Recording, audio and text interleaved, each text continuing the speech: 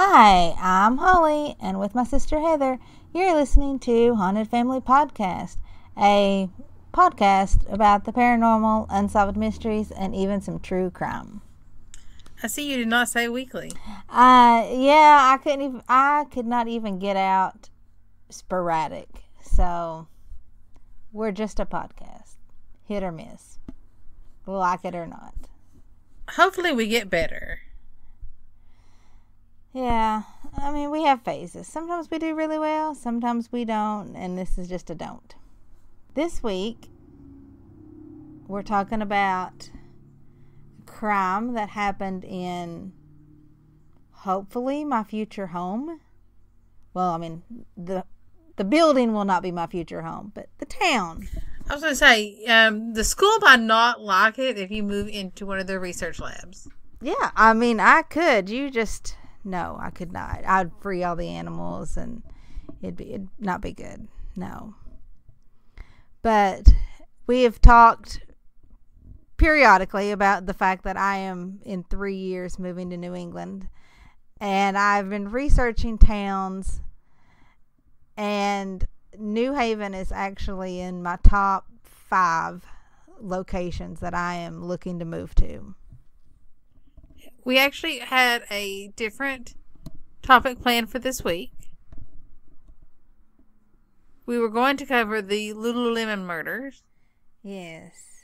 But I had it in my head that the Lululemon murders it reminded me so much of another case that I remembered from like old school, like 90s unsolved mysteries. And I went on a mission to find that case. Well, I didn't find that case. But while trying to search for that case, I stumbled across this one. And I was like, wait a minute, this is really interesting. So I sent it to Holly and I was like, hey, let's cover this at some point. And she was like, well, how about we just bump Lululemon and cover this? Yeah, so here we are. I remember when this happened because, oh yes, we always do this. In case you did not read the title, we are talking about the death of Annie Lee on the campus of Yale University. Actually, she died in her research lab, murdered by the lab tech. Yeah. Well, one of the lab techs. And she was murdered, was it 4 days before her wedding? Yeah, she was actually found on her wedding day. But I remember when this happened because she literally just disappeared. Like her purse and cell phone and everything, like, you know, everything that a girl would have on them was found in her office, which was in another building. I think people might be thinking, hey, it's weird that a student had an office. She was a PhD candidate. Right. She was a third-year doctoral student. Yeah.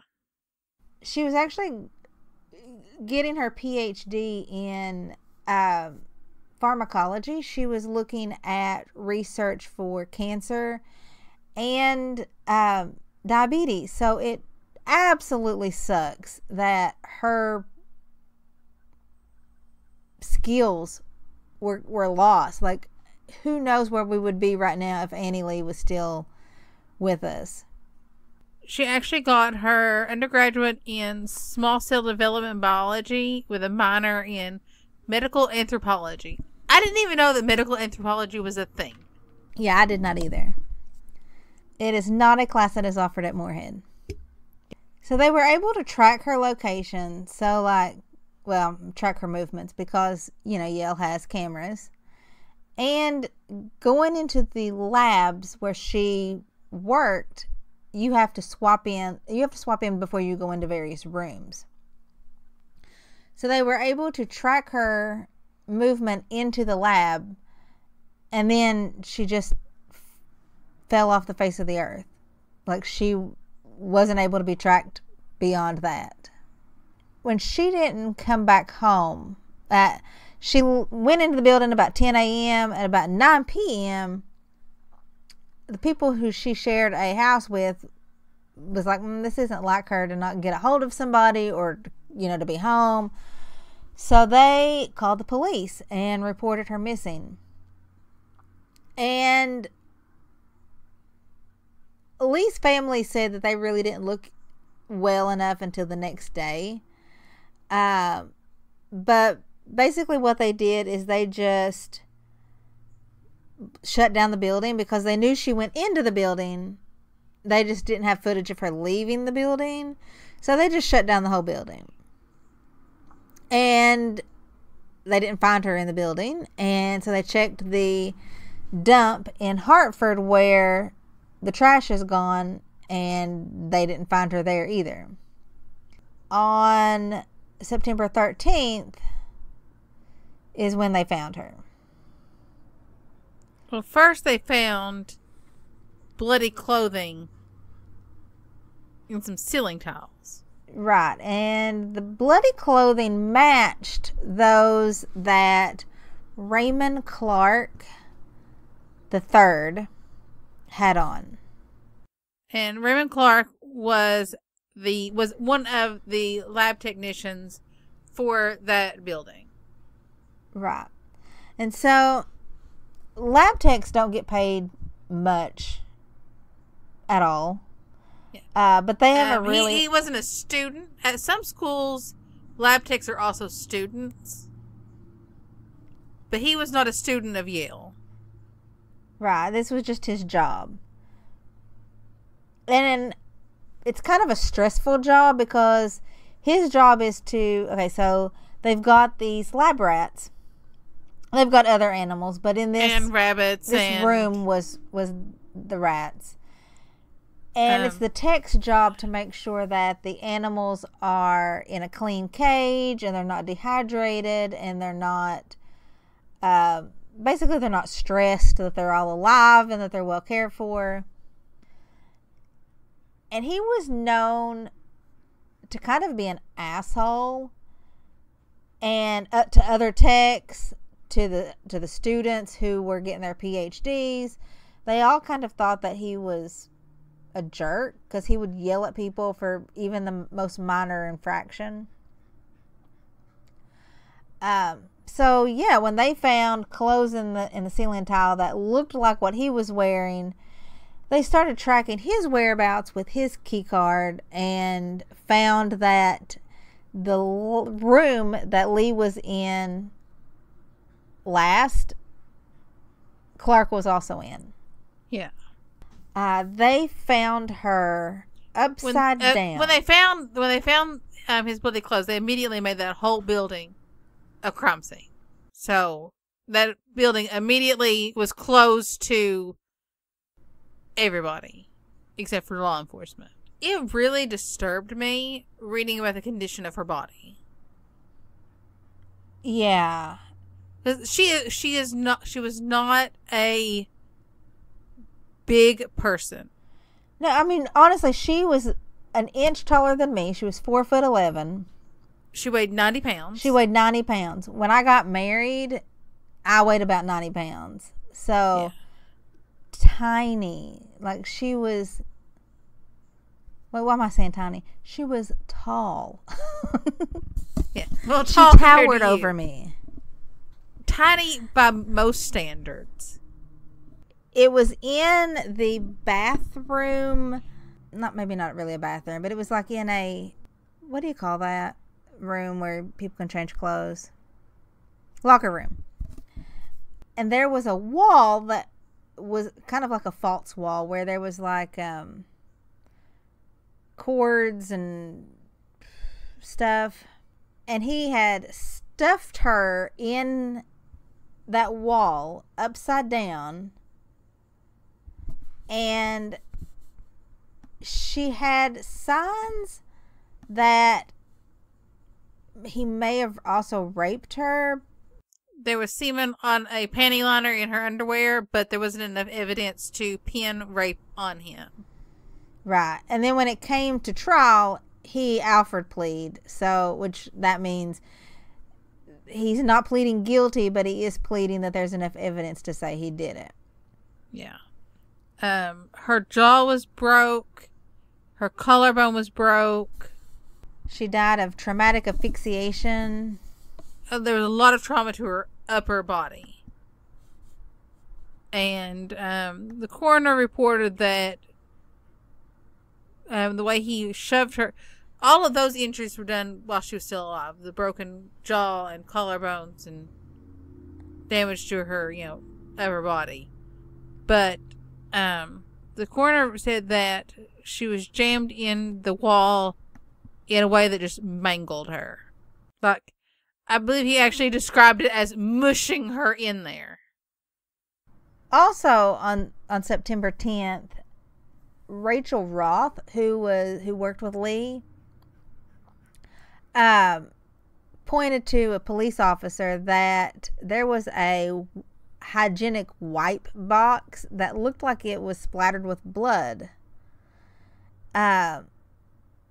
So honestly, I don't really think that the police were doing a great job of scouring these labs for information. But then again, they might not know how a lab is supposed to look. No. So, I mean, I don't know about that kind of lab. I can't speak to an animal lab, but my ex-husband, my father of my children, is a chemist. And so I have been in labs. I've been in labs a lot. When we were dating and in college, he was a lab tech for the chemistry department. So his job was to make sure that all the beakers and the pipettes and all of that was cleaned and counted and laid out in all the workstations, and so that everybody had what they needed. They are very, very rabid about cleanliness because you can contaminate with just anything. Like one time I was pregnant with Emmy and I walked into the lab and I had a drink in my hand, and I wasn't thinking, about the fact that I had a drink in my hand, and I had to take it outside and throw it away because, any little splash or anything could contaminate what they're working on. So yeah. So it would not be typical to have any kind of splatter on anything because it would all have to be scrubbed up right away. Well, now Clark wasn't a completely, how can we put this, perfect individual. While there was nothing in his work history or criminal record that would indicate violent behavior, he did have some history of sexual harassment while he was in high school.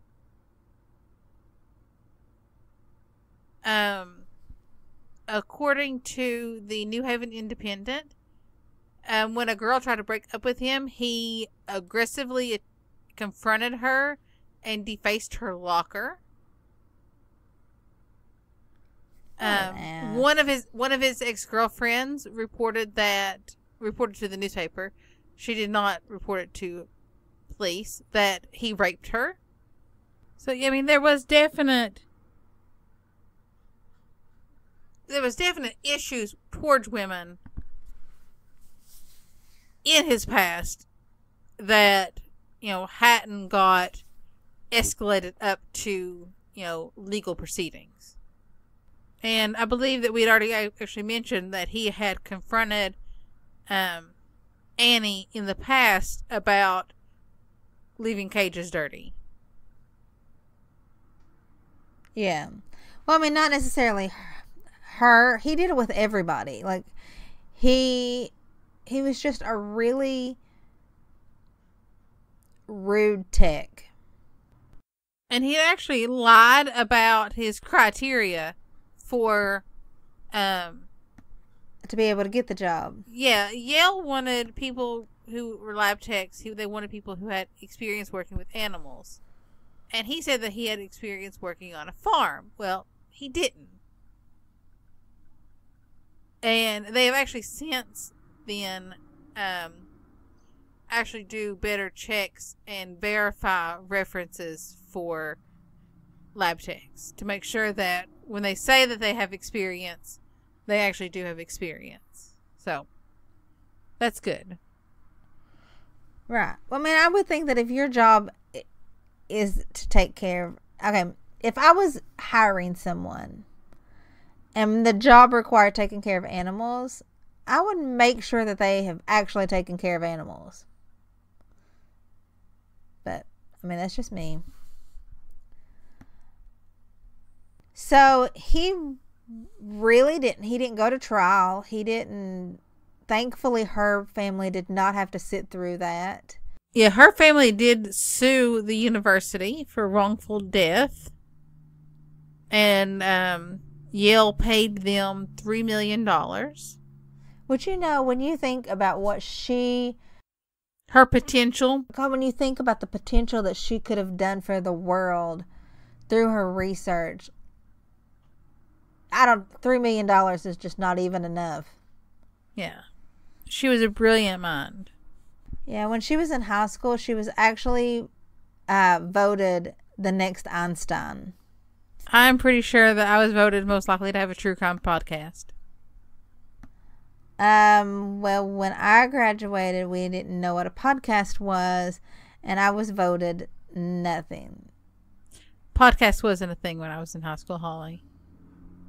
Remember? I know, but it was at least closer to being a thing than it was. I mean, when I graduated, we didn't even have internet.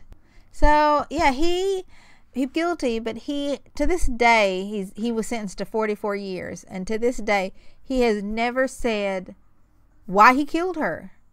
And I'm speechless at the fact that there was so much anger in his actions. I mean, he didn't just... Yeah, I mean, that was a rage killing. Yeah, I mean, he didn't just, accidentally, I don't know how you accidentally kill somebody, but, he beat her and then choked her to death and then crumpled her body up and shoved it in a wall and then tried unsuccessfully to mask the scent over the next couple days. I mean, and then went about his day. He wanted her to suffer. Went home to his home fiance while her fiance was frantically looking for her. Could you imagine being engaged to somebody like that? I don't know about currently, but I know that for a long time after he took his plea deal, his fiance would still visit him in prison. Yeah, I don't know if maybe she just didn't want to believe it, but we kind of see that same thing of not really visiting in prison, but I know you did, but our listeners, did you guys watch the Ted Bundy movie on Netflix? And, it was kind of the same thing, although I don't think this Raymond Clark person was charismatic. But, Bundy had the women in his life fooled for a long time about his true character. And, we see him lying to Liz and, he just over and over, I didn't do it. I mean, Raymond did say he did it, so I don't know what he was telling his fiance, or maybe she just doesn't care that, she was with a murderer.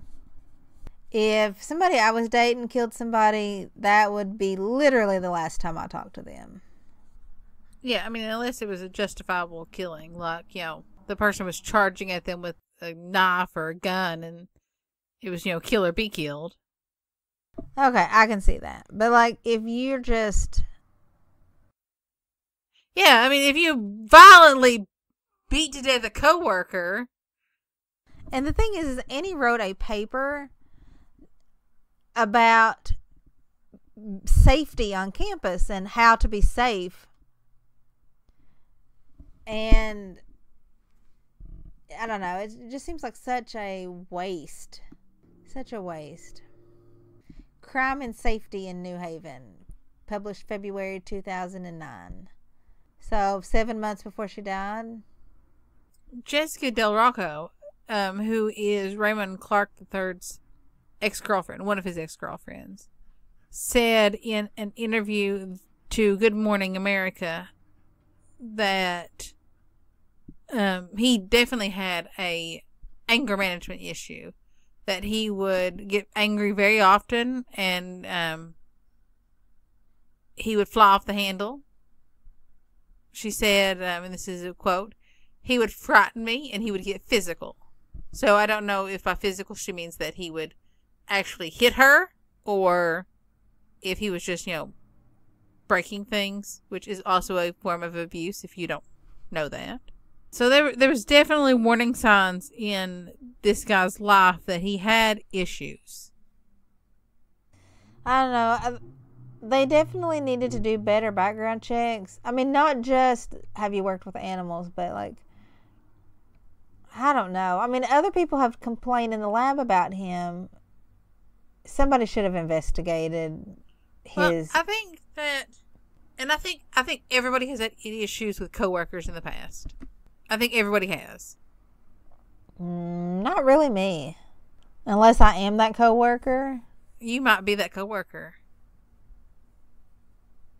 But I think it's kind of important that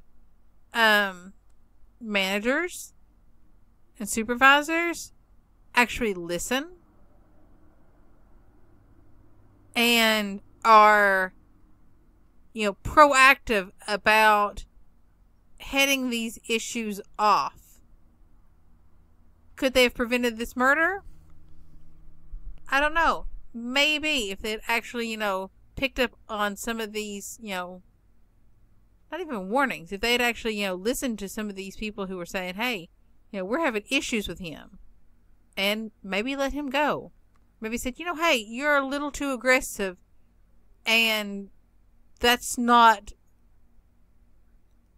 something that we want in our working environment.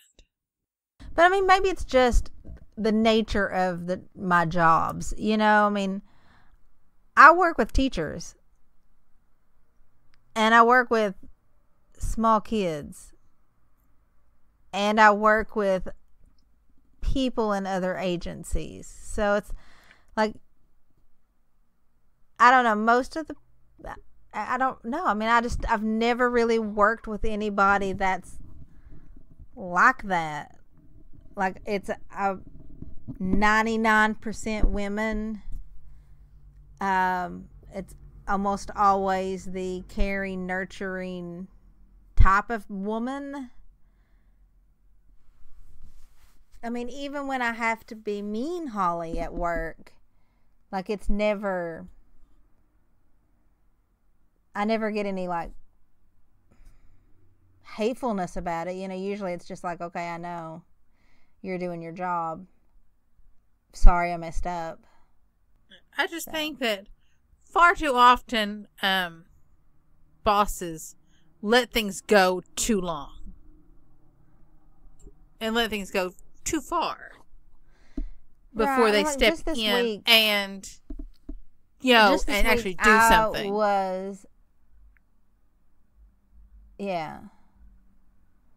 I mean, like, this week I've been working with somebody, and I basically told her, you have to be mean, like, not to go into details because confidentiality and stuff, but you have to step up and do this. And she was just like, well, I don't like confrontation. Well, I don't like confrontation either, but when I'm pushed, I realize that sometimes you have to, sometimes you have to stand up to that lab tech that's being a douchebag and say, back off. Well, I think this case also, bears a good point of when in a relationship is, enough and enough, and when should you just, when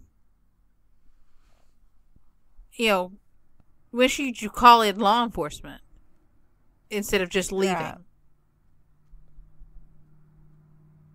When do you need to, like, not to, put it on a school term, but put it on their permanent record? Right. I don't know.